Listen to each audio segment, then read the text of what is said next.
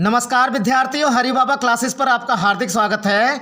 दोस्तों, आज जो है आपका फर्स्ट फ्लाइट प्रोज का ये अंतिम पार्ट है। Chapter number 10 the sermon at Benares. कह रहे हैं कि बनारस में धर्मोपदेश। दोस्तों, जब मैंने इस पाठ को आपको पढ़ाया है तो इस पाठ के माध्यम से मैंने जाना है कि संसार नश्वर है, सभी को एक ना एक दिन मरना है। दोस्तों, मैं महात्मा बुद्ध के जीवन से बहुत प्रभावित हुआ हूँ और शायद आप भी इस चैप्टर को पढ़ने के बाद प्रभावित हुए बिना नहीं रह पाएंगे, क्योंकि मैंने इस चैप्टर की एक एक मीन्स का अर्थ बताने का प्रयास किया है, जिससे कि आपको ये लेसन इतना सरल हो जाए जिसकी आपने अभी तक कल्पना भी नहीं की होगी। अगर आपने अभी तक सभी चैप्टरों को नहीं पढ़ा है तो चैनल पर class 10th English first flight prose नाम से प्लेलिस्ट है। उस प्लेलिस्ट में आपको सभी पोयम तथा सभी चैप्टर्स का हिंदी अनुवाद एक एक मीन्स करके समझाया गया है। आप हरि बाबा क्लासेस पर इन सभी चैप्टर्स को पढ़ सकते हैं। अगर कोई और समस्या है तो कमेंट करके ज़रूर बताइएगा। तो अब ज़्यादा समय को ना गवाते हुए इस पाठ का सारांश जान लेते हैं, जिससे कि आपको चैप्टर पढ़ने में काफ़ी आसानी हो जाएगी। तो देखिए, यह पाठ गौतम बुद्ध द्वारा बनारस में दिए गए प्रथम धर्मोपदेश के द्वारा प्रदत्त ज्ञान की विशेषताएं बताता है। यह धर्मोपदेश बुद्ध के ज्ञानोदय प्राप्ति के बाद दिया गया था। इस धर्मोपदेश में महात्मा बुद्ध किसा गौतमी के पुत्र की मृत्यु से संबंधित घटना के बारे में बताते हैं। अपने दुख में वह अपने बच्चे के मृत शरीर को एक स्थान से दूसरे स्थान पर ले गई। अंत में वह भगवान बुद्ध के पास पहुंची और उनसे अपने पुत्र को ठीक करने की प्रार्थना की। बुद्ध ने उसे अनुभव करवाया कि दुख जीवन का अभिन्न हिस्सा है। इस संसार में सब कुछ मृत्यु के अधीन है। यह कहानी बताती है कि हमें अपने किसी प्रिय की मृत्यु से दुखी या शोक नहीं करना चाहिए। मृत्यु सबके लिए समान है और कोई भी मरने से नहीं बच सकता है। केवल जब हम दुख को पराजित कर देते हैं तभी हम दुख से मुक्त हो सकते हैं और शांति प्राप्त कर सकते हैं। तो विद्यार्थियों, ये जो चैप्टर है बहुत ही ज़्यादा नॉलेजेबल है, बहुत ही ज़्यादा प्रेरणा का स्रोत है। आप जो है अंत तक इस वीडियो में बने रहते हैं तो मैं आपसे वादा करता हूं कि आपके लिए बहुत कुछ सीखने को मिलेगा इस चैप्टर के माध्यम से। तो चलते हैं पहले पैराग्राफ की ओर। तो चलिए, पैराग्राफ नंबर फर्स्ट देख लीजिए। गौतम बुद्धा कह रहे हैं कि गौतम बुद्ध ने ये समय अंतराल दिया गया है। ये समय है जिस समय ये घटना हुई थी। तो 563 BC से लेकर 483 BC दिया गया है।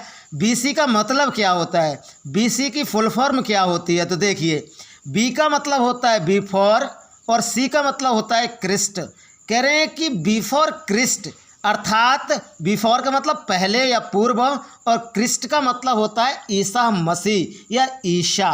कह रहे हैं कि 563 ईसा पूर्व से लेकर 483 ईसा पूर्व तक ये समय है जब ये घटना हुई थी, क्योंकि लिखित प्रमाण जो है ईसा मसीह के जन्म से लगाया जाता है और पीछे जितनी भी घटनाएं हुई हैं उनके लिए मान लिया जाता है। तो ये लिखित प्रमाण है, इसलिए जो है ईसा पूर्व को हम लगा देते हैं। जब हम कोई कहानी पढ़ते हैं जो लिखी गई है, जिसका कोई साक्ष्य प्रमाण नहीं है, समय का पता नहीं है, तो ईसा पूर्व जो है लिखा जाता है। इससे अंदाज़ा लग जाता है कि ईसा मसीह के जन्म से पहले की ये बात है। तो देखिए, गौतम बुद्ध करेंगे, गौतम बुद्ध ने बिगेन करेंगे शुरू किया, आरंभ किया, कह रहे हैं कि लाइफ कह रहे हैं कि जीवन, एज कह रहे हैं कि रूप में, ए कह रहे हैं कि एक, प्रिंस कह रहे हैं कि राजकुमार, नेम्ड कह रहे हैं कि नामक, सिद्धार्थ गौतम कह रहे हैं कि सिद्धार्थ गौतम नामक। कह रहे हैं कि गौतम बुद्ध ने एक सिद्धार्थ गौतम नामक राजकुमार के रूप में अपना जीवन क्या किया, बिगेन किया, प्रारंभ किया, शुरू किया, आरंभ किया। और वो कहाँ किया? देखिए, इनमिस में नॉर्दर्न, नॉर्थ मतलब उत्तर होता है और नॉर्दर्न का मतलब होता है उत्तरी, और इंडिया कह रहे हैं कि भारत में, कह रहे हैं कि उत्तरी भारत में। कह रहे हैं कि गौतम बुद्ध ने एक सिद्धार्थ गौतम नामक राजकुमार के रूप में कह रहे हैं कि उत्तरी भारत में अपना जीवन क्या किया, शुरू किया। और समय कौन सा था, 563 ईसा पूर्व से कह रहे हैं कि 483 ईसा पूर्व तक। आगे देखिए, एट 12 का मतलब क्या होता है, 12 होता है। कह रहे हैं कि 12 वर्ष की आयु में he was sent away, he miss वह, वाज मिस थे, सेंट भेजे गए, अवे का मतलब होता है दूर। कह रहे हैं कि 12 वर्ष की उम्र में वह दूर भेजे गए थे या उन्हें दूर भेजा गया था, बात एक ही है। फॉर स्कूलिंग, फॉर मिस के लिए, स्कूलिंग का मतलब होता है स्टडी। स्टडी का मतलब क्या होता है, अध्ययन। कह रहे हैं कि 12 वर्ष की आयु में वह अध्ययन करने के लिए दूर भेजे गए। अब किसका अध्ययन करने के लिए दूर भेजे गए, तो देखिए, इन द हिंदू, कह रहे हैं कि हिंदू धर्म के सेक्रेड, कह रहे हैं कि पवित्र स्क्रिप्चर्स। स्क्रिप्चर्स का मतलब होता है the Holi writings of A religion, अर्थात धर्म ग्रंथ या ग्रंथ। कह रहे हैं कि 12 वर्ष की आयु में वह कह रहे हैं कि हिंदू धर्म के, कह रहे हैं कि पवित्र धर्म ग्रंथों का अध्ययन करने के लिए दूर भेजे गए थे। आपकी समझ में आ गया होगा, स्कूलिंग का मतलब होता है स्टडी, अध्ययन करना। एंड और 4 ईयर्स लेटर, कह रहे हैं कि 4 में 4, ईयर्स मतलब वर्ष और लेटर मतलब बाद में या पश्चात। कह रहे हैं कि और 4 वर्ष पश्चात या 4 वर्ष के बाद ही रिटर्न्ड, ही मीन्स वह रिटर्न्ड, कह रहे हैं कि लौटे, होम कह रहे हैं कि घर, टू मैरी, मैरी का मतलब होता है विवाह करना। कह रहे हैं कि विवाह करने के लिए ए प्रिंसेस, कह रहे हैं कि एक राजकुमारी से, कह रहे हैं कि एक राजकुमारी से विवाह करने के लिए घर के लिए लौटे। कह रहे हैं कि और 4 वर्ष बाद वह एक राजकुमारी से विवाह करने के लिए घर लौटे। दे हैड ए सन, कह रहे हैं कि they had a son, they means वे हैड रखते थे, ए सन कह रहे हैं एक बेटा, एक पुत्र। वे एक पुत्र रखते थे, अर्थात उनके एक पुत्र हुआ। एंड और लिव्ड, कह रहे हैं कि रहे या जीवन व्यतीत किया, फॉर 10 ईयर्स, कह रहे हैं कि 10 वर्ष तक, एज बेफिटेड रॉयल्टी। बेफिटेड का मतलब होता है एप्रोप्रिएट, का मतलब होता है उचित। बेफिटेड का मतलब एप्रोप्रिएट अर्थात उचित। कह रहे हैं कि उचित रॉयल्टी, रॉयल्टी का मतलब होता है कंफर्ट्स ऑफ रॉयल फैमिली, मतलब राजसी ऐशो आराम। कह रहे हैं कि उचित राजसी ऐशो आराम। देखिए यहाँ से लेकर यहाँ तक क्या कहना चाह रहा है राइटर, वो देख लीजिए। कह रहे हैं कि उनके एक पुत्र हुआ और 10 वर्षों तक वे राजसी ऐशो आराम से रहे, अर्थात उन्होंने राजसी ऐशो आराम से जीवन व्यतीत किया। At about the age of 25, कह रहे हैं कि 25 वर्ष की आयु तक, एज तक, द प्रिंस, कह रहे हैं कि राजकुमार को, हियर टू फोर का मतलब होता है टिल देन, अर्थात तब तक। कह रहे हैं कि 25 वर्ष की आयु तक राजकुमार को तब तक सील्डेड का मतलब होता है प्रोटेक्टेड, मतलब सुरक्षित रखना या बचाकर रखना। कह रहे हैं कि 25 वर्ष की आयु तक राजकुमार को बचाकर रखा गया from the suffering of the world. From में से द सफरिंग, कह रहे हैं कि दुखों से, कष्टों से, ऑफ द वर्ल्ड, कह रहे हैं कि संसार के। कह रहे हैं कि 25 वर्ष की आयु तक राजकुमार को, कह रहे हैं कि संसार के दुखों से बचाकर रखा गया। वाइल आउट हंटिंग, कह रहे हैं कि शिकार करने के दौरान, चांस्ड अपॉन ए सिक मैन, कह रहे हैं कि उन्होंने एक सिक मैन को देखा, अर्थात बीमार व्यक्ति को देखा। चांस्ड का मतलब होता है संयोगवश और हंटिंग का मतलब होता है शिकार करना। वाइल आउट करें कि समय, कह रहे हैं कि शिकार करते समय संयोग से उन्होंने एक बीमार आदमी को देखा। क्योंकि 25 वर्ष की आयु तक राजकुमार को कह रहे हैं कि संसार के दुखों से बचाकर रखा गया था। उन्हें नहीं पता था कि कोई बीमार भी होता है, बूढ़ा भी होता है या गरीब भी होता है। उन्हें इन चीज़ों के बारे में नहीं बताया गया था और ना ही उन्होंने इस तरह के व्यक्तियों को देखा था। तो देखिए, जब वो शिकार पर गए तो शिकार के दौरान क्या हुआ, संयोग से उन्होंने एक बीमार आदमी को देखा। देन करेंगे फिर an aged man, an aged का मतलब होता है बूढ़े और मैन का मतलब होता है आदमी। फिर एक बूढ़े आदमी को देखा। देन ए फुनरल प्रोसेशन, देन मीन्स फिर ए फुनरल प्रोसेशन का मतलब होता है शव यात्रा, अर्थात शमशान तक की अंतिम यात्रा को शव यात्रा कहा जाता है। फिर एक शव यात्रा को देखा। अब देख लीजिए, यहाँ से लेकर यहाँ तक का पूरा अर्थ समझ लीजिए। आखिर राइटर आपसे 6 सेंटेंसों के अंतर्गत, 6 लाइनों के अंतर्गत आपसे क्या कहना चाहता है, तो देखिए। लगभग 25 वर्ष की आयु तक संसार के दुखों से बचाकर रखे गए राजकुमार ने शिकार के दौरान एक बीमार व्यक्ति, फिर एक बूढ़े आदमी, फिर एक शव यात्रा को देखा। एंड और फाइनली करें कि अंत में ए मॉन्क, मॉन्क का मतलब होता है साधु या भिक्षु। कह रहे हैं कि एक भिक्षु को देखा, एक भिखारी को देखा। बेगिंग कह रहे हैं कि जो मांग रहा था फॉर आर्म्स, आर्म्स का मतलब होता है भीख या भिक्षा। कह रहे हैं कि और अंत में एक भिक्षुक को देखा, भिखारी को देखा, एक साधु को देखा जो भीख मांग रहा था, अर्थात भिक्षा मांग रहा था। दीज साइट्स कह रहे हैं कि इन दृश्यों ने सो मूव्ड, कह रहे हैं कि अत्यधिक प्रभावित किया। हिम कह रहे हैं कि उन्हें, कह रहे हैं कि इन दृश्यों ने उन्हें अत्यधिक प्रभावित किया। कौन से दृश्यों ने? सिक मैन ने, एज्ड मैन ने और शव यात्रा ने जो है इनको बहुत अधिक प्रभावित किया। क्या हुआ इससे? दैट मीन्स कि ही मीन्स वे एट वंस, कह रहे कि उसी समय वेंट आउट, कह रहे बाहर चल दिए, इनटू द वर्ल्ड, कह रहे कि दुनिया में, टू सीक कह रहे कि खोज में, एनलाइटमेंट कह रहे कि ज्ञानोदय या ज्ञान की, कंसर्निंग द सॉरोज कह रहे हैं कि संबंधित पीड़ाओं को दूर करने के लिए, ही हैड विटनेस्ड जो उन्होंने देखी थी। कह रहे हैं कि इन दृश्यों ने उन्हें अत्यधिक प्रभावित किया कि वे उसी समय संबंधित पीड़ाएं जो उन्होंने देखी थी और ज्ञान की खोज में बाहर संसार में चल दिए।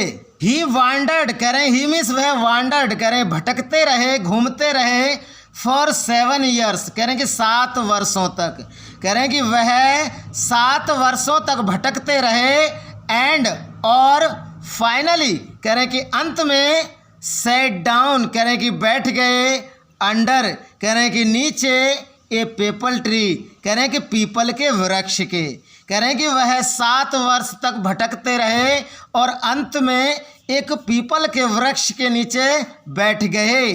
वेयर कह रहे हैं कि जहाँ पर, ही कह रहे हैं कि उन्होंने, बोब्ड कह रहे हैं कि प्रतिज्ञा की, टू स्टे कह रहे हैं कि बैठे रहने की या तब तक बैठे रहने की, अंटिल कह रहे हैं कि जब तक, एनलाइटमेंट केम, एनलाइटमेंट केम का मतलब होता है ज्ञानोदय ना हो जाए, अर्थात ज्ञान की प्राप्ति ना हो जाए। कह रहे हैं कि जहाँ पर उन्होंने तब तक बैठे रहने की प्रतिज्ञा की जब तक उन्हें ज्ञान प्राप्ति ना हो जाए या ज्ञानोदय ना हो जाए। एनलाइटेंड आफ्टर 7 डेज कह रहे हैं कि एनलाइटेंड, एनलाइटेंड का मतलब ज्ञान प्राप्त हुआ या ज्ञानोदय हुआ। आफ्टर कह रहे हैं के पश्चात या के बाद, 7 डेज कह रहे हैं कि 7 दिनों के, कह रहे हैं कि 7 दिनों के पश्चात ज्ञानोदय हुआ अर्थात ज्ञान की प्राप्ति हुई। ही रीनेम्ड, ही मीन्स उन्होंने रीनेम्ड कह रहे हैं कि नाम दिया, द ट्री कह रहे हैं कि वृक्ष को, द बोधि ट्री कह रहे हैं कि बोधि वृक्ष, कह रहे हैं कि उन्होंने उस पेड़ को, उस वृक्ष को बोधि वृक्ष नाम दिया जिसे क्या कहा जाता है? Tree of wisdom. विजडम मतलब ज्ञान, बुद्धि, कह रहे हैं कि बुद्धि का वृक्ष या ज्ञान का वृक्ष, कह रहे हैं कि उन्होंने जो है उस वृक्ष का नाम बोधि वृक्ष रख दिया या रखा, जिसे ज्ञान का वृक्ष कहा जाता है। एंड और बिगेन करेंगे लगे, टू टीच करेंगे पढ़ाने सिखाने, एंड टू शेयर और बांटने, हिज न्यू करेंगे अपने नए अंडरस्टैंडिंग्स। अंडरस्टैंडिंग्स का मतलब होता है वही ज्ञान होता है, समझ होता है। कह रहे हैं कि और अपने नए ज्ञान को, अपनी नई समझ को कह रहे हैं कि सिखाने और बांटने लगे। एट दैट पॉइंट कह रहे हैं कि उसी समय से ही कह रहे हैं कि वह बीकेम नोन कह रहे हैं कि पहचाने जाने लगे या जाने जाने लगे एज द बुद्धा, कह रहे हैं कि बुद्ध के नाम से। कह रहे हैं कि उसी समय से वह बुद्ध के नाम से जाने जाने लगे या पहचाने जाने लगे।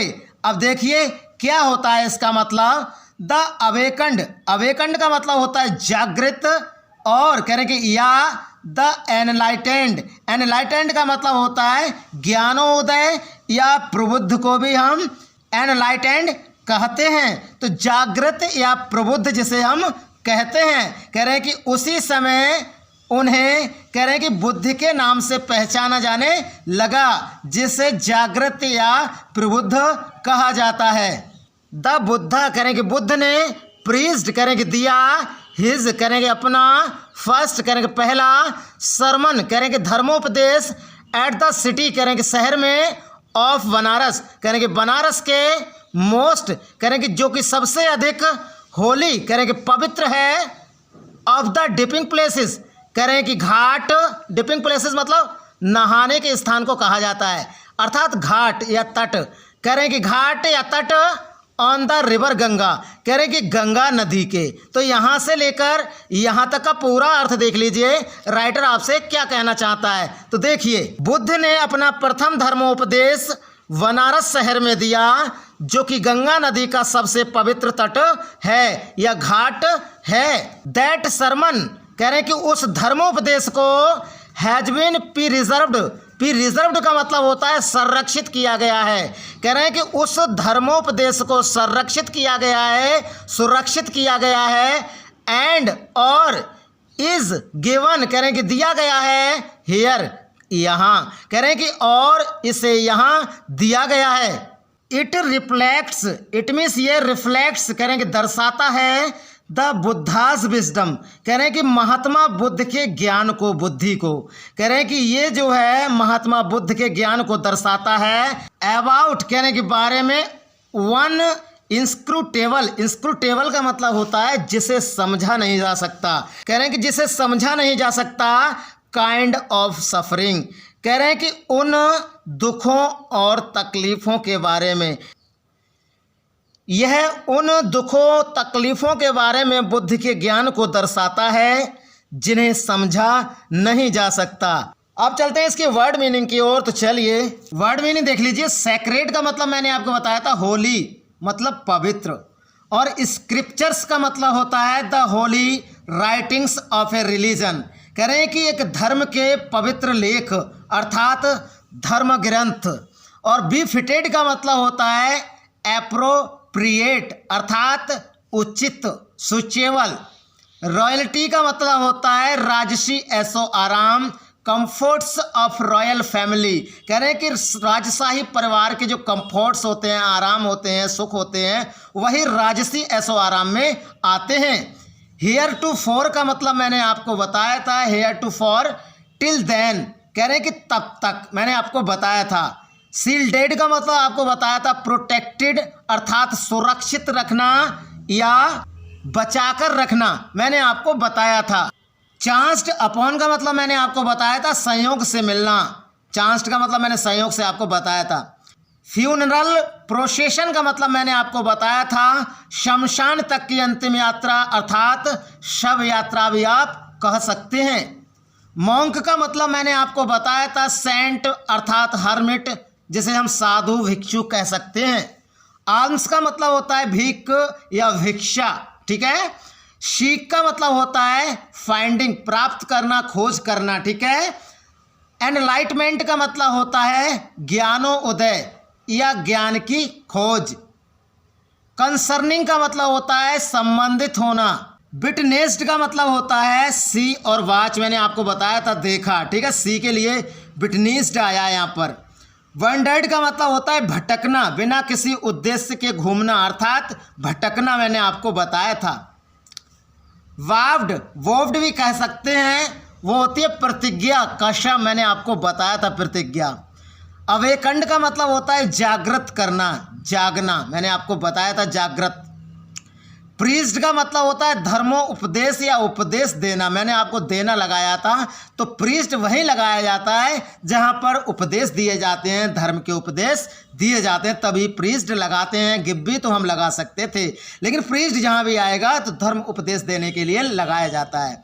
सरमन का मतलब क्या होता है? धर्मोपदेश होता है, मैंने आपको बताया था। डिपिंग प्लेसेस का मतलब क्या होता है? वही घाट, तट। प्रिजर्व्ड का मतलब होता है संरक्षित करना। और इंस्क्रूटेबल का मतलब मैंने आपको बताया था, जिससे समझा नहीं जा सकता। कह रहे हैं यह उन तकलीफ़ों, दुखों के बारे में गुद्ध के ज्ञान को दर्शाता है जिन्हें समझा नहीं जा सकता। तो इंस्क्रूटेबल का मतलब होता है जिसे समझा नहीं जा सकता, मैंने अभी आपको बताया था। अब चलते हैं पैराग्राफ नंबर 2 की ओर। तो चलिए पैराग्राफ नंबर 2 देख लीजिए। किसा Gautami had an only son. कह रहे हैं कि किसा गौतमी के केवल एक ही पुत्र था। ओनली मतलब केवल, और सन का मतलब क्या होता है? बेटा होना होता है। और हेड का मतलब वही रखना, मतलब रखती थी। कह रहे हैं कि किसा गौतमी केवल एक पुत्र रखती थी, अर्थात किसा गौतमी का केवल एक ही पुत्र था। And he died, and means और ही मिस वह डाइड, कह रहे कि मर गया, और वह भी मर गया, अर्थात और उसकी भी मृत्यु हो गई। कह रहे हैं कि किसा गौतमी का केवल एक ही पुत्र था और उसकी मृत्यु हो गई, या और वह मर गया। इन हर ग्रीफ, इन मीन्स में, हर मीन्स अपने, ग्रीफ कह रहे हैं कि दुख में, कह रहे हैं कि अपने दुख में, सी कह रहे हैं कि वह, कैरीड कह रहे हैं कि ले गई, द डेड कह रहे हैं कि मृत, चाइल्ड कह रहे हैं कि बच्चे को, टू ऑल कह रहे हैं कि सभी, हर नेवर्स कह रहे हैं कि अपने पड़ोसियों। कह रहे हैं अपने दुख में वह बच्चे का मृत शरीर अपने सभी पड़ोसियों के पास लेकर गई या ले गई। आस्किंग कह रहे हैं कि पूछा या मांगी, देम कह रहे हैं कि उनसे, फॉर मेडिसिन कह रहे हैं कि दवा, कह रहे हैं कि और उनसे दवा मांगी। एंड द पीपल सेड, और लोगों ने कहा, she has lost her senses. She miss वह, हैज लॉस्ट कह रहे हैं कि खो चुकी है, हर मिस अपनी, सेंसेस का मतलब होता है सद्बुद्धि। कह रहे हैं कि यह अपनी सद्बुद्धि खो चुकी है। अब यहाँ से लेकर पूरा यहाँ तक का अर्थ देख लीजिए, राइटर आपसे कहना क्या चाहता है। तो देखिए, अपने दुख में वह बच्चे का मृत शरीर अपने सभी पड़ोसियों के पास लेकर गई, उनसे दवा मांगी, और लोगों ने कहा ये अपनी सद्बुद्धि खो चुकी है, लॉस्ट कर चुकी है। द बॉय इज़ डेड, कह रहे हैं कि लड़का मर गया है, मृत है। एट लेंथ, एट लेंथ का मतलब होता है दोस्तों, यहाँ पर लगाया गया है, कह रहे हैं कि लंबे समय के बाद। किसा गौतमी कह रहे हैं, किसा गौतमी मेट कह रहे हैं कि मिली, ए मैन कह रहे हैं कि एक आदमी से। कह रहे हैं कि लंबे समय के बाद किसा गौतमी एक आदमी से मिली, हु कह रहे हैं कि जिसने, रेप्लाइड कह रहे हैं कि जवाब दिया, टू हर रिक्वेस्ट कह रहे हैं कि उसकी प्रार्थना का, कह रहे हैं कि जिसने उसकी प्रार्थना का जवाब दिया। कह रहे हैं कि लंबे समय के बाद किसा गौतमी एक आदमी से मिली जिसने उसकी प्रार्थना का जवाब दिया। आई कह रहे हैं कि मैं, कैन नॉट गिव कह रहे हैं कि नहीं दे सकता, द मेडिसिन कह रहे हैं कि दवा या दवाई, फॉर कह रहे हैं के लिए, दाई कह रहे हैं तुम्हारे या आपके, चाइल्ड कह रहे हैं कि बच्चे के लिए। कह रहे हैं कि मैं आपके बच्चे के लिए दवाई नहीं दे सकता, औषधि भी हम इसे कह सकते हैं, औषधि नहीं दे सकता। बट कह रहे हैं कि लेकिन, आई नो कह रहे हैं कि मैं जानता हूँ, ए फिजिशियन एक वैद्य को, हु कैन, हु मिस जो कैन मिस कर सकता है। कह रहे हैं लेकिन मैं एक वैद्य को जानता हूं जो ऐसा कर सकता है, अर्थात तेरे बच्चे को जीवित कर सकता है। बहुत ही अच्छी कहानी चल रही है दोस्तों, बहुत ही अच्छी स्टोरी चल रही है, बहुत अच्छा लग रहा है दोस्तों। चैनल पर नए हैं तो चैनल को सब्सक्राइब कर लीजिए, क्योंकि फर्स्ट ईयर है, 12th है, 10th है, 9th है, सभी का एक्सप्लेनेशन इस चैनल पर जो है इसी तरीके से किया जाएगा। और आपके लिए जो है 2022 में एक मील का पत्थर साबित होगा ये चैनल। तो आगे देखिए। And the girl said, and means और द गर्ल, कह रहे हैं कि लड़की ने सेड कहा, कह रहे हैं कि और उस लड़की ने कहा, प्रे, कह रहे हैं कि आपसे प्रार्थना करती हूँ, टेल मी, कृपया मुझे बताइए, कृपया मुझे बताइए, मैं आपसे प्रार्थना करती हूँ। और उस लड़की ने कहा, सर, श्रीमान, हु इज इट, वह कौन है। मैं आपसे प्रार्थना करती हूँ, कृपया श्रीमान उस व्यक्ति के बारे में बताएं, वो कौन है। एंड द मैन, और उस आदमी ने रेप्लाइड, करें कि जवाब दिया, गो टू शाक्य मुनि, कह रहे हैं कि शाक्य मुनि के पास जाओ, द बुद्धा, कह रहे हैं कि बुद्ध, कह रहे हैं कि शाक्य मुनि बुद्ध के पास जाओ, कह रहे हैं कि और उस आदमी ने जवाब दिया कि शाक्य मुनि बुद्ध के पास जाओ। किशा गौतमी, कह रहे हैं किशा गौतमी रिप्रेड, कह रहे हैं कि गई टू द बुद्धा, कह रहे हैं कि बुद्ध के पास, कह रहे हैं कि किशा गौतमी बुद्ध के पास गई। रिप्रेड का मतलब होता है पुनः प्रार्थना करना। कह रहे हैं किशा गौतमी ने बुद्ध की पुनः प्रार्थना की, अर्थात किशा गौतमी बुद्ध के पास गई एंड क्राइड, और रोने लगी। क्राइड का मतलब क्या होता है, रोना होता है। और रोने लगी, लॉर्ड एंड मास्टर, लॉर्ड मतलब प्रभु या भगवान, एंड मिस और मास्टर का मतलब होता है मालिक, स्वामी, ठीक है। मास्टर का मतलब होता है मालिक। कह रहे हैं कि प्रभु और मालिक, भगवान और मालिक, गिव मी द मेडिसिन, कह रहे हैं कि मुझे वह दवाई दे दीजिए, वह दवा दे दीजिए, वह औषधि प्रदान कीजिए, that will cure my boy, कह रहे हैं कि जिससे मेरा बच्चा बच जाए, जिससे मेरा पुत्र ठीक हो जाए। कहने का मतलब ये है, यहाँ से लेकर यहाँ तक का पूरा अर्थ देख लीजिए, राइटर आपसे कहना क्या चाहता है इन लाइनों के माध्यम से। तो देखिए, किशा गौतमी बुद्ध के पास गई और रोने लगी, प्रभु और मालिक, मुझे वह औषधि दे दो जो मेरे पुत्र को ठीक कर दे, मेरे बेटे को पुनः जीवित कर दे। अब चलते हैं इसकी वर्ड मीनिंग की ओर। तो चलिए वर्ड मीनिंग देख लीजिए। ग्रीफ का मतलब होता है गहरा दुख, ठीक है, मैंने आपको बताया था। सेंसिस का मतलब होता है चेतना, ठीक है, मैंने आपको बताया था। एट लेंथ का मतलब होता है लंबे समय के बाद। और फिजिशियन का मतलब मैंने आपके लिए डॉक्टर बताया था, वैद्य बताया था। रिपीटेड का मतलब होता है चली गई या जाना, मैंने आपको बताया था कि महात्मा बुद्ध के पास गई और रोने लगी। तो वही रिपेयर्ड मतलब पुनः जाना, मतलब पुनः प्रार्थना करना, अर्थात चले जाना। क्योर का मतलब होता है ट्रीटमेंट, अर्थात इलाज। अब चलते हैं पैराग्राफ नंबर 3 की ओर। तो चलिए पैराग्राफ नंबर 3 देख लीजिए।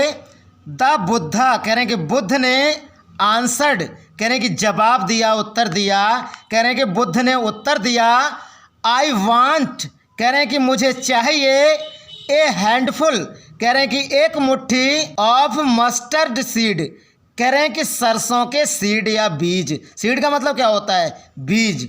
कह रहे हैं कि बुद्ध ने जवाब दिया, उत्तर दिया कि मुझे एक मुट्ठी सरसों के बीज चाहिए, या मैं एक मुट्ठी सरसों के बीज चाहता हूँ। एंड व्हेन, और जब, द गर्ल, कह रहे हैं कि लड़की ने, इन हर जॉय, कह रहे हैं कि अपनी प्रसन्नता के साथ या खुशी के साथ, प्रोमिस्ड, कह रहे हैं कि वचन दिया, टू प्रोक्यूर, कह रहे हैं कि सरसों के बीज लाने का, इट, कह रहे हैं कि उन्हें, मतलब सरसों के बीज के लिए दिया गया है। और प्रोक्योर का मतलब होता है प्राप्त करना या लाना। कह रहे हैं कि और जब लड़की ने, कह रहे हैं कि प्रसन्नता के साथ उन्हें लाने का वचन दिया, अर्थात सरसों के बीजों को लाने का वचन दिया। द बुद्धा एडेड, कह रहे हैं कि और बुद्ध ने आगे जवाब दिया, द मस्टर्ड सीड कह रहे हैं कि सरसों के बीज must be taken from a house कह रहे हैं कि उस घर से होने चाहिए, वेयर कह रहे हैं कि जहाँ पर नो वन कह रहे हैं कि किसी ने हैज लॉस्ट कह रहे हैं कि नहीं खोया हो, ए चाइल्ड कह रहे हैं कि एक बच्चे को, हस्बैंड कह रहे हैं कि पति को, पेरेंट कह रहे हैं कि माता पिता को, और फ्रेंड या दोस्त को या मित्र को। कह रहे हैं कि सरसों के बीज उस घर के होने चाहिए जहां किसी ने अपना बच्चा, पति, माता पिता या मित्र नहीं खोया हो। अर्थात हैज लॉस्ट का मतलब होता है मरा हो, जिसका कोई पुत्र, पति, माता पिता या दोस्त नहीं मरा हो, उस घर के जो है सरसों के बीज होने चाहिए। ऐसे बीज आपको लाने हैं। ये जो है महात्मा बुद्ध ने जो है किस्सा गौतमी से कहा है। पुअर किस्सा गौतमी कह रहे हैं कि बेचारी किस्सा गौतमी, पुअर गरीब के लिए आता है और बेचारे के लिए भी आता है, बेचारा या बेचारी। कह रहे हैं कि बेचारी किस्सा गौतमी नाव कह रहे हैं कि अब वेंट कह रहे हैं कि गई from house to house. House to house का मतलब होता है एक घर से दूसरे घर में। कह रहे हैं कि बेचारी किस्सा गौतमी अब एक घर से दूसरे घर में गई। एंड और द पीपल कह रहे हैं कि लोगों ने पिटिड कह रहे हैं कि दया की, हर कह रहे हैं कि उस पर, और लोगों ने उस पर दया की, एंड सैड और कहा, here is mustard seed. Here means यहाँ, इज मीन्स हैं मस्टर्ड सीड कह रहे हैं कि सरसों के बीज, अर्थात ये रहे सरसों के बीज, टेक इट कह रहे हैं कि इन्हें लो। कह रहे हैं कि ये रहे आपके सरसों के बीज, इन्हें लो। बट व्हेन सी आस्क्ड कह रहे हैं कि लेकिन जब वह पूछती थी, डिड ए सन कह रहे हैं कि क्या एक पुत्र की, और डॉटर कह रहे हैं कि क्या एक पुत्री की, फादर कह रहे हैं कि पिता की, और मदर कह रहे हैं कि एक माता की, डाई इन योर फैमिली कह रहे हैं कि आपके परिवार में मृत्यु हुई थी। अब यहाँ से लेकर यहाँ तक पूरा अर्थ देख लीजिए, राइटर आपसे क्या कहना चाहता है। देखिए, क्या आपके परिवार में पुत्र या पुत्री, पिता या माता की मृत्यु हुई थी। दे मीन्स वे आंसर्ड कह रहे हैं कि उत्तर देते, हर कह रहे हैं कि उसे, तो वे उसे उत्तर देते, एलास हाय के लिए आता है, हाय द लिविंग आर फ्यू कह रहे हैं कि जीवित कम हैं, but the dead are many लेकिन मृत बहुत से हैं। कह रहे हैं वे उसे उत्तर देते, हाय जीवित कम हैं लेकिन मृत बहुत ज़्यादा हैं। डू नॉट का मतलब होता है मत, रिमाइंड का मतलब होता है याद दिलाना। कह रहे हैं कि याद मत दिलाओ अस हमें, कह रहे हैं कि हमें याद मत दिलाओ ऑफ आवर डीपेस्ट ग्रीफ, हमारे गहन दुख की, हमारे सबसे गहरे दुख की, हमारे गहन दुख की। तो देखिए राइटर क्या कहना चाहता है इस सेंटेंस के माध्यम से। तो देखिए, हमें हमारे गहन दुख की याद मत दिलाओ, या हमें हमारे सबसे गहरे दुखों की याद मत दिलाओ। And there was no house, and means और देयर मिस वहाँ, वाज मिस था, नो मिस नहीं, हाउस मिस घर। कह रहे हैं और वहाँ ऐसा कोई घर नहीं था, but some beloved one had died in it. कह रहे हैं जहाँ किसी प्रिय की मृत्यु नहीं हुई हो। तो बिलव्ड का मतलब होता है प्रिय, और डाइड का मतलब क्या होता है, मृत्यु होता है। कह रहे हैं जहाँ किसी प्रिय की मृत्यु नहीं हुई हो। कह रहे हैं और वहाँ ऐसा कोई घर नहीं था जहाँ किसी प्रिय की मृत्यु नहीं हुई हो। अब चलते हैं इसकी वर्ड मीनिंग की ओर। तो चलिए वर्ड मीनिंग देख लीजिए। हैंडफुल का मतलब मैंने आपको बताया था मुट्ठी भरकर, ठीक है। और प्रोक्योर का मतलब मैंने आपको बताया था प्राप्त करना, ठीक है। पिटीट का मतलब होता है दया करना, मैंने आपको बताया था। रिमाइंड का मतलब होता है याद करना, मैंने आपको बता दिया था। और विलव्ड का मतलब होता है प्रिय, अभी मैंने आपको बताया था। अब चलते हैं पैराग्राफ नंबर 4 की ओर। तो चलिए पैराग्राफ नंबर 4 देख लीजिए। किस्सा गौतमी कह रहे हैं, किस्सा गौतमी बीकेम बियरी, बियरी का मतलब होता है अत्यधिक थक गई। कह रहे हैं कि किस्सा गौतमी अत्यधिक थक गई, एंड होपलेस और निराश हो गई, and set down at the beside. And means और सेट डाउन कह रहे हैं कि बैठ कर, एट द वे साइड, कह रहे हैं कि रास्ते के किनारे पर, वॉचिंग कह रहे हैं कि देखने लगी, the lights off the city, कह रहे हैं कि शहर की लाइटों को, कह रहे हैं कि शहर की बत्तियों को। लाइट्स का मतलब क्या होता है? लाइट या बत्तियां।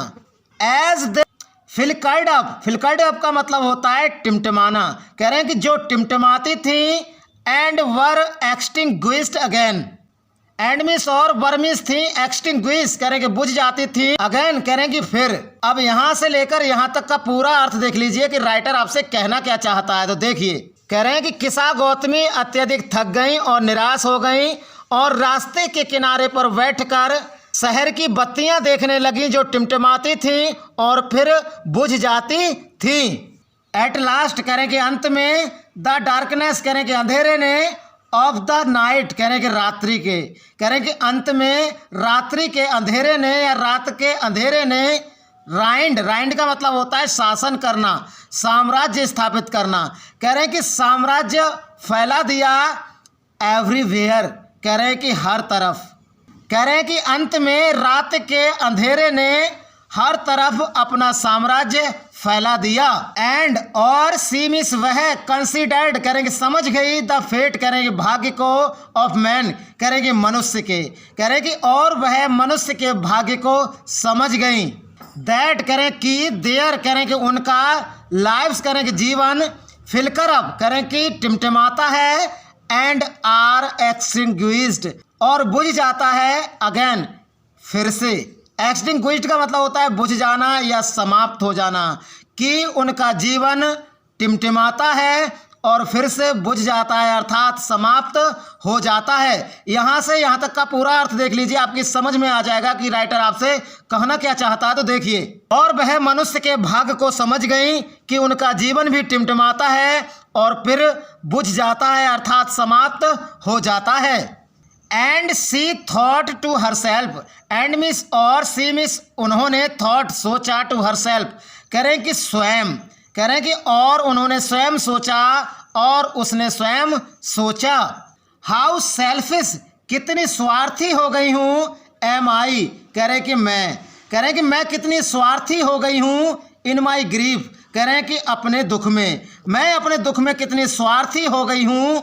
डेथ कह रहे हैं कि मृत्यु, इजमिस है, कॉमन कह रहे हैं कि समान, टू ऑल कह रहे हैं कि सभी के लिए या सब के लिए, कह रहे हैं कि मृत्यु सबके लिए समान है।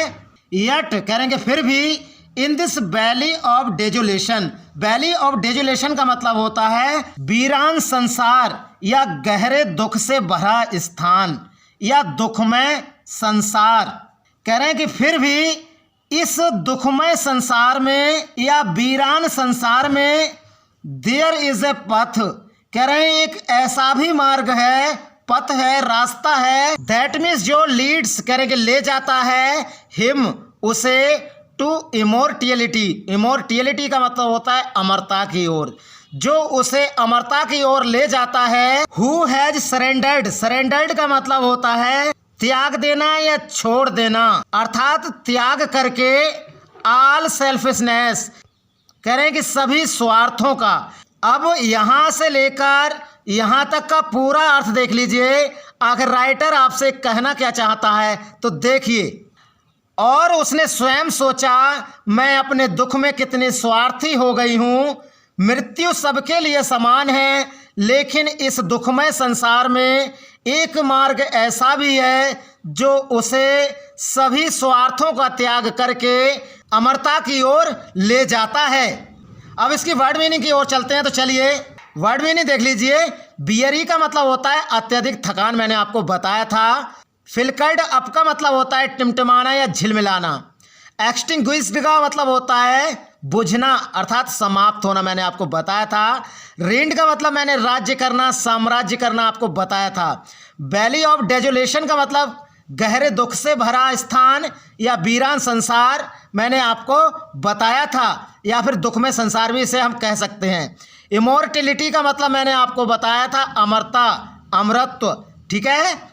और सरेंडर्ड का मतलब मैंने आपको बताया था त्याग देना, छोड़ देना, कह रहे हैं कि त्याग करके।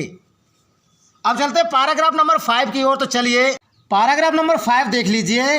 द बुद्धा सेड, कह रहे हैं कि बुद्ध ने कहा, the life of mortals, mortals का मतलब होता है नश्वर, कह रहे हैं कि नश्वर लोगों का जीवन इन दिस वर्ल्ड, कह रहे हैं कि इस संसार में, इज ट्रवल्ड, कह रहे हैं कि कठिनाइयों से पूर्ण, परेशानियों से पूर्ण, एंड ब्रीफ और लघु है, छोटा है, एंड कंबाइंड विद पेन, और कह रहे हैं पीड़ाओं से भरा हुआ है, कंबाइंड है, भरा हुआ है। पेन का मतलब होता है दर्द और पीड़ाएं। तो यहाँ से लेकर यहाँ तक अर्थ देख लीजिए राइटर आपसे कहना क्या चाहता है। तो देखिए, बुद्ध ने कहा इस संसार में इंसानों का नश्वर जीवन कठिनाइयों से पूर्ण, छोटा और पीड़ाओं से भरा हुआ है। For their is not any means, any means का मतलब होता है कोई साधन नहीं है, कह रहे हैं कि और ऐसा कोई साधन नहीं है, बाय विच, कह रहे हैं कि जिसके द्वारा, those that have been born, कह रहे हैं कि जो बोर्न हुआ है, पैदा हुआ है, कैन अवॉइड डाइंग, कह रहे हैं कि वह मृत्यु से नहीं बच सकता। अवॉइड का मतलब होता है बचना और कैन का मतलब होता है सकता, ठीक है, जो मृत्यु से बच सके। यहां से लेकर यहां तक का अर्थ देख लीजिए क्या कहना चाह रहा है राइटर। तो देखिए, ऐसा कोई भी साधन नहीं है, रास्ता नहीं है जिसके द्वारा जो पैदा हुआ है वह मृत्यु से बच सके। आफ्टर, कह रहे हैं के बाद, रीचिंग ओल्ड एज, रीचिंग मतलब पहुंचने के बाद, ओल्ड एज कह रहे हैं कि वृद्धा अवस्था में, कह रहे हैं कि वृद्धा अवस्था में पहुंचने के बाद, आफ्टर के बाद, देयर इज डेथ, कह रहे हैं कि मृत्यु है, कह रहे हैं कि वृद्धा अवस्था में पहुंचने के बाद क्या है, डेथ है, अर्थात मृत्यु है, आदमी मर जाता है वृद्धावस्था में आकर। ऑफ सच ए नेचर, कह रहे हैं कि ऐसी ही प्रकृति है, are living beings, living beings का मतलब होता है जीव, कह रहे हैं कि और जीवों की ऐसी ही प्रवृत्ति है, कह रहे हैं कि और जीवों की ऐसी ही प्रकृति है, यही प्रकृति है, कह रहे हैं कि वृद्धावस्था में पहुंचने के बाद मृत्यु हो जाती है। एज, कह रहे हैं कि जिस प्रकार, राइप फ्रूट्स, कह रहे हैं कि पके फलों को, आर अर्ली, कह रहे हैं कि शीघ्र ही, इन डेंजर, कह रहे हैं कि डर होता है, और फॉलिंग, कह रहे हैं कि गिरने का, कह रहे हैं कि जिस प्रकार से पके हुए फलों को शीघ्र ही गिर जाने का भय होता है, गिरने का भय होता है, सो कह रहे हैं कि उसी प्रकार मोर्टल, मोर्टल का मतलब होता है नश्वर जीव, कह रहे हैं कि उसी प्रकार नश्वर जीव का व्हेन बॉर्न, कह रहे हैं कि जब जन्म होता है, आर ऑलवेज, कह रहे हैं कि तो हमेशा, इन डेंजर, कह रहे हैं कि डर रहता है, ऑफ डेथ, कह रहे हैं कि मृत्यु का, कह रहे हैं कि और उसे सदैव मृत्यु का डर रहता है, अर्थात भय रहता है, कह रहे हैं कि उसी तरह से जब नश्वर जीव का जन्म होता है उसे सदैव मृत्यु का भय होता है, अर्थात डर होता है।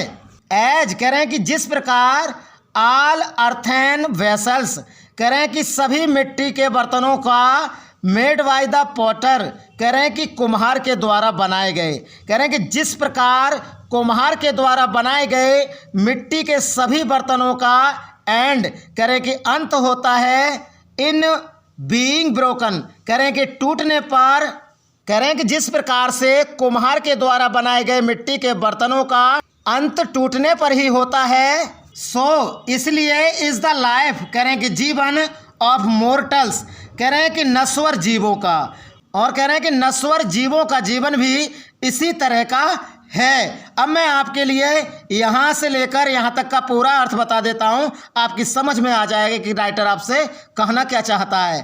कह रहे हैं कि जिस प्रकार से कुम्हार के द्वारा बनाए गए मिट्टी के बर्तनों का अंत टूटने पर ही होता है, नश्वर जीवों का जीवन भी इसी तरह का है। बोथ, कह रहे हैं कि दोनों, यंग, कह रहे हैं कि जवान, एंड एडल्ट, और कह रहे हैं कि बूढ़े, कह रहे हैं कि जवान और बूढ़े दोनों, बोथ, कह रहे हैं कि दोनों, दोज, कह रहे हैं कि वे, हु आर फूल्स, कह रहे हैं कि जो मूर्ख हैं, एंड दोज, और वे, हु आर वाइज, कह रहे हैं कि जो बुद्धिमान हैं, कह रहे हैं कि जवान और बूढ़े दोनों, वे दोनों जो मूर्ख हैं और बुद्धिमान हैं, आल, कह रहे हैं कि सभी को, फाल, कह रहे हैं कि गिरना है, into the power of death, power का मतलब होता है शक्ति और डेथ मतलब होता है मृत्यु, कह रहे हैं कि उन सभी को मृत्यु की शक्ति के सामने गिरना है। All are subject to death, कह रहे हैं कि सभी मृत्यु के पात्र हैं। सब्जेक्ट का मतलब होता है पात्र, विषय। कह रहे हैं कि ये सभी जो हैं मृत्यु का विषय हैं या मृत्यु के पात्र हैं। अब चलते हैं इसकी वर्ड मीनिंग की ओर। तो चलिए वर्ड मीनिंग देख लीजिए। मोर्टल्स का मतलब होता है दोज बॉर्न टू डाई, अर्थात नश्वर। ठीक है, ऐसे घाव जो मृत्यु की ओर ले जाएं, नश्वर। ट्रबल्ड का मतलब होता है चिंतित या परेशान, मैंने आपको बताया था। ब्रीफ का मतलब होता है लघु या संक्षिप्त या छोटा। अर्थन वेसल्स का मतलब होता है मिट्टी के बर्तन, मैंने आपको बताया था। पोटर का मतलब होता है कुम्हार। और सब्जेक्ट टू का मतलब होता है अधीन होना, ग्रसित होना या पात्र होना। अब चलते हैं पैराग्राफ नंबर 6 की ओर। तो चलिए, ऑफ दोज कह रहे हैं कि वे, हु कह रहे हैं कि जिन पर, ओवरकम कह रहे हैं कि विजय प्राप्त कर लेती है, वाई डेथ कह रहे हैं कि मृत्यु। कह रहे हैं कि वे जिन पर मृत्यु विजय प्राप्त कर लेती है, डिपार्ट फ्रॉम लाइफ कह रहे हैं कि जीवन से अलग हो जाते हैं, डिपार्ट हो जाते हैं। A father can not save his son कह रहे हैं कि एक पिता अपने पुत्र को नहीं बचा सकता, सेव नहीं कर सकता। नॉर किन्समैन देयर रिलेशंस, और ना ही किन्समैन, किन्समैन का मतलब होता है करीबी रिश्तेदार, और ना ही करीबी रिश्तेदार देयर रिलेशंस कह रहे हैं कि अपने संबंधियों को बचा सकते हैं। कह रहे हैं कि और ना ही करीबी रिश्तेदार अपने संबंधियों को बचा सकते हैं। यहाँ से लेकर यहाँ तक का अर्थ देख लीजिए, आपकी समझ में आ जाएगा। कह रहे हैं कि वे जिन पर मृत्यु विजय प्राप्त कर लेती है, जीवन से अलग हो जाते हैं। एक पिता अपने पुत्र को नहीं बचा सकता, ना ही रिश्तेदार अपने संबंधियों को बचा सकते हैं। मार्क याद रखो, वाई रिलेटिव्स कह रहे हैं कि जबकि रिश्तेदार आर लुकिंग कह रहे हैं कि देख रहे हैं। याद रखो, जबकि रिश्तेदार देख रहे हैं। एंड कह रहे हैं कि और लेमेंटिंग डीपली, डीपली का मतलब होता है गहन, लेमेंटिंग का मतलब होता है विलाप कर रहे हैं, और गहन विलाप कर रहे हैं। कह रहे हैं कि याद रखो, जबकि रिश्तेदार देख रहे हैं और गहन विलाप कर रहे हैं। वन बाई वन का मतलब होता है एक के बाद एक क्रम से। कह रहे हैं एक के बाद एक क्रम से। मोर्टल्स, मोर्टल्स का मतलब होता है नश्वरों। कह रहे हैं कि परंतु नश्वरों को एक के बाद एक क्रम से are carried off, are carried off का मतलब होता है ऐसे ले जाया जाता है। लाइक करेंगे जैसे, एन ऑक्स करें एक बैल को, दैट इज लेड करेंगे जिसे ले जाया जाता है, टू द स्लॉटर करेंगे बलि के लिए।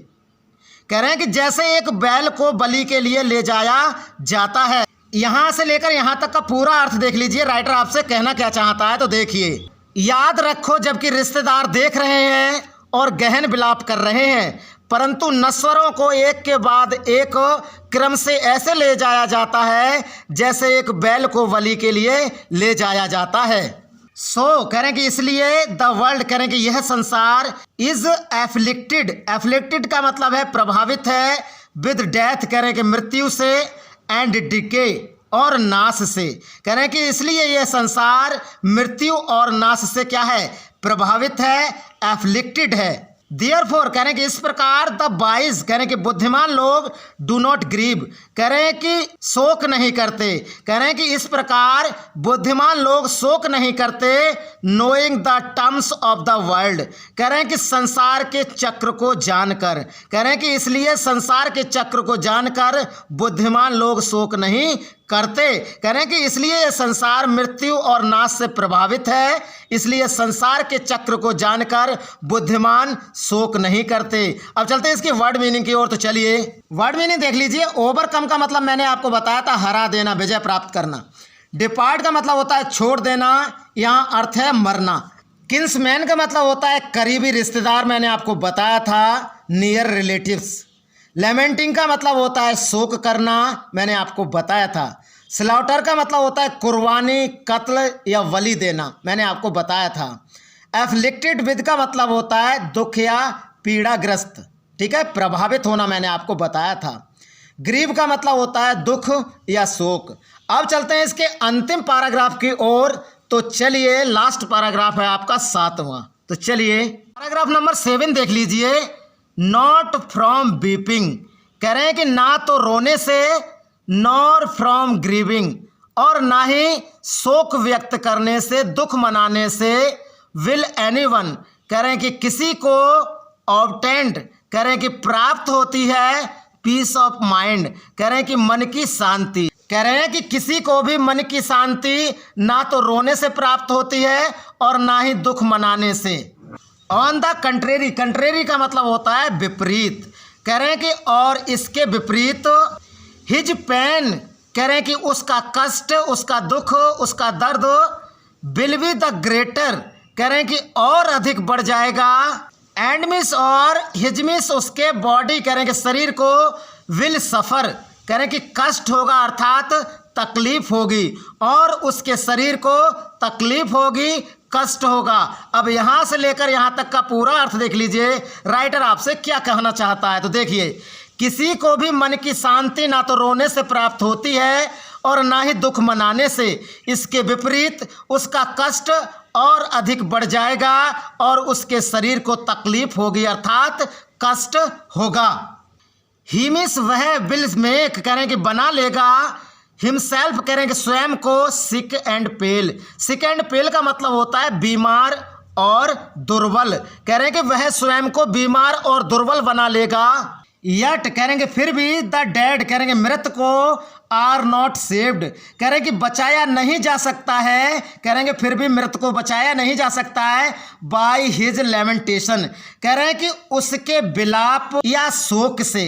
कह रहे हैं कि फिर भी उसके विलाप या शोक से मृत को बचाया नहीं जा सकता।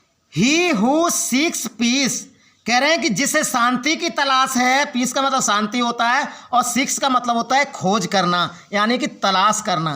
कह रहे हैं कि जिसे शांति की तलाश है, शुड ड्रा कह रहे हैं कि उसे निकालना चाहिए, आउट द एरो कह रहे हैं कि बाण को बाहर। कह रहे हैं कि उसे बाण को बाहर निकालना चाहिए। किसके बाण को? ऑफ लेमेंटेशन कह रहे हैं कि शोक के बाण को बाहर निकालना चाहिए। एंड कंप्लेंट और कह रहे हैं कि शिकायत के बाण को बाहर निकालना चाहिए। एंड ग्रीफ और दुख के बाण को बाहर निकालना चाहिए। कह रहे हैं कि जिसे शांति की तलाश है उसको शोक और शिकायत और दुख के बाण को निकालना चाहिए। He who has drawn out the arrow कह रहे हैं कि जिसने इस बाण को बाहर निकाल दिया। ड्रॉन आउट का मतलब बाहर निकालना, एरो का मतलब होता है बाण या तीर। कह रहे हैं कि जिसने इस तीर को बाहर निकाल दिया, इस बाण को बाहर निकाल दिया।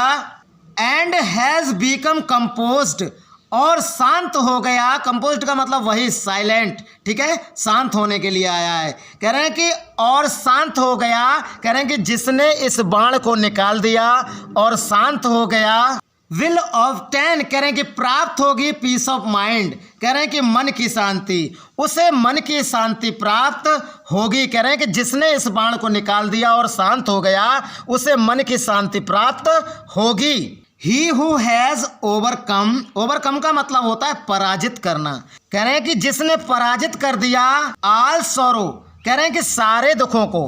कह रहे हैं कि जिसने सारे दुखों को पराजित कर दिया। विल बीकम कह रहे हैं कि हो जाएगा फ्री कह रहे हैं कि स्वतंत्र या मुक्त फ्रॉम सॉरो कह रहे हैं कि दुखों से। कह रहे हैं कि वह दुखों से मुक्त हो जाएगा। एंड बी ब्लेस्ड और धन्य हो जाएगा। ब्लेस्ड का मतलब क्या होता है? आशीर्वाद देना होता है, यहाँ पर धन्य के लिए लगाया गया है। कह रहे हैं कि और धन्य हो जाएगा। तो देख लीजिए यहाँ से लेकर यहाँ तक का अर्थ क्या है, राइटर आपसे अंत में क्या कहना चाहता है। तो देखिए, कह रहे हैं कि जिसने इस बाण को निकाल दिया और शांत हो गया उसे मन की शांति प्राप्त होगी। जिसने सारे दुखों को पराजित कर दिया वह दुखों से मुक्त हो जाएगा और धन्य हो जाएगा। अब इसकी वर्ड मीनिंग की ओर चलते हैं। तो चलिए वर्ड मीनिंग देख लीजिए। कॉन्ट्रेरी का मतलब होता है अपोजिट, मतलब विपरीत, मैंने आपको बताया था। सिक एंड पेल का मतलब होता है बीमार। लेमेंटेशन का मतलब दुख के भाव, मैंने आपके लिए बताया था, शोक बताया था। सीक का मतलब होता है खोज करना, ठीक है, ढूंढना, मैंने आपको बताया था। कंपोज्ड का मतलब होता है शांत। तो विद्यार्थियों, ये लेसन कैसा लगा? इसकी स्टोरी आपके दिल को छू गई या नहीं छू गई, कमेंट करके ज़रूर बताइएगा। मैंने जो है हर मीन्स का अर्थ बताने का प्रयास किया था आपके लिए, और शायद मैं इस चीज़ में कामयाब भी हो गया हूँ। मैंने हर मीन्स का अर्थ बताया है और यदि आप इस चैप्टर को दोबारा पढ़ लेंगे तो आपका जो है अच्छी तरीके से जो है ये चैप्टर जो है लर्न हो जाएगा, याद हो जाएगा आपके लिए। और 2022 की परीक्षा में इससे संबंधित वोकैबुलरी, पैसेज से संबंधित प्रश्न, क्वेश्चन आंसर आप बहुत ही सरलता से कर पाएंगे। तो विद्यार्थियों, अगर आप चैनल पर नए हैं, आप पहली बार इस वीडियो को देख रहे हैं, तो आपके लिए मैं बताना चाहूँगा कि मैंने जो है आपकी फर्स्ट फ्लाइट का पूरा सिलेबस आज कंप्लीट कर दिया है यूपी बोर्ड के लिए। सारे लेसन्स जो है मैंने चैप्टर सारे पढ़ाकर जो है एक एक मीन्स का अर्थ बताकर जो है चैनल पर अपलोड कर दिया है। पहली प्लेलिस्ट है क्लास 10th इंग्लिश की, न्यू सिलेबस फर्स्ट फ्लाइट नाम से आपकी प्लेलिस्ट है। उसमें जो है सारी वीडियोस आपके लिए पोएट्री और प्रोज की मिल जाएंगी। आप जो है जल्दी से जल्दी इन पाठों को पढ़ें और रोजाना जो है इनका अध्ययन करें, ताकि आप हाई स्कूल की किताब पढ़ भी पाएं और दूसरों को पढ़ा भी पाएं। यही मेरा प्रयास रहता है। तो कल मिलते हैं सप्लीमेंट्री रीडर में। मैंने 3 चैप्टर करा दिए हैं। कल हम जो है चौथे चैप्टर में मिलेंगे। मैं आपको बताना चाहूँगा कि सप्लीमेंट्री को जल्दी ही खत्म करने के बाद आपका जो है मैं इंटर या फर्स्ट ईयर का सिलेबस शुरू कर दूंगा। तो कल फिर मिलते हैं एक नई वीडियो में। तब तक के लिए नमस्कार, जय हिंद, वंदे मातरम दोस्तों।